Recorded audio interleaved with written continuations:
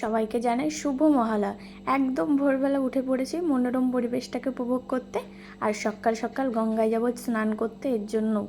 আর জানো তো, এই প্রত্যেক বছর এই মহালয়ার দিনটা আমার এতটা মানে আর কি ভালোও লাগে, আবার এতটা আনন্দ আগে কখনো হয়নি যতটা আমি বিয়ের আগে করেছি এই মহালয়ার দিনে। এই সবাই মিলে একসাথে, বান্ধবীরা মহালয়ার আগের দিন পিকনিক করা, সবাই মিলে একসাথে আড্ডা দেওয়া, নাচা গানা, খাওয়া দাওয়া, তারপর সবাই মিলে একসাথে শুয়ে পড়তাম রাত্রেবেলা।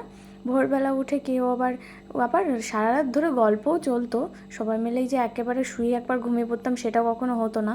তারপরে আর কি সবাই মিলে ভোরবেলা আবার 4টের সময় টিভিতে মহালয়া চালিয়ে দিয়ে কেউ আবার ঘুমিয়ে পড়তো, কেউ বলতো এখন থাক আমি দেখবো না, সকাল 10টার শোটা দেখে নেব।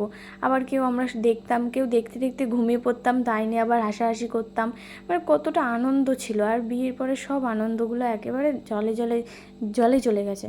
এইসব কাটানো মুহূর্তগুলো মনে পড়লে এতটা মন খারাপ লাগে, কী আর বলবো। তো কী আর করা যাবে, সময়ের সাথে সাথে অনেক কিছুরই পরিবর্তন হয়, তেমন আমরাও বান্ধবীরা সবাই পরিবর্তন হয়ে গেছি। কেউ পড়াশোনায় ব্যস্ত, কেউ আবার অনেকে বিয়েও করে নিয়েছে।